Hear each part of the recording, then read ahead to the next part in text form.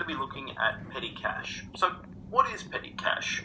Well, companies tightly monitor all disbursements of cash, usually through either an authorised electronic transfer or a double-signed cheque. This is great for big purchases, but inefficient and cumbersome for everyday, sometimes unforeseen minor expenses. The solution to this is the establishment of a petty cash fund. A petty cash fund is defined as an amount of cash kept on hand to pay for minor expenses. Think stationery and postage.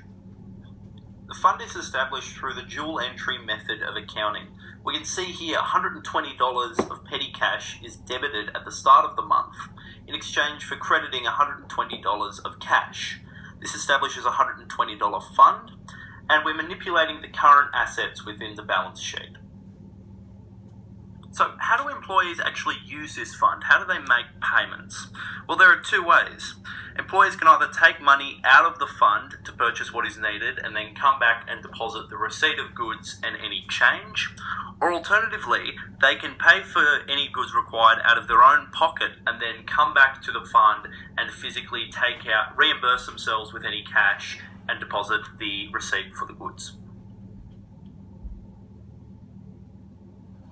Journal entries are not made after each purchase using petty cash. Instead, they're made at the end of the month, during what's known as the replenishment process. Here we can see that we take the starting amount of petty cash and subtract the amount of cash remaining to find out how much money we need to reimburse the fund to its original amount. We then count the receipts in the fund, so we can see we've got all the expenses there, and the addition of the total receipts, which is $95, equals the funds requested. So here we just debit all of the expenses that we saw in the receipts, and we credit cash to reimburse the fund. If receipts are missing, and it's found that more cash is required to reimburse the fund than receipts recorded, this is known as cash over and short.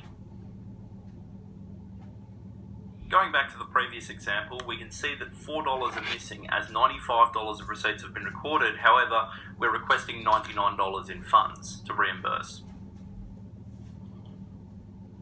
We amend this by recording the difference as cash over and short. So here we can see we are debiting $4 of cash over and short as an expense in order to balance either side of the accounting equation, and then crediting $99 in cash to reimburse the fund in spite of the missing receipt. So that's petty cash. Best of luck in your exams.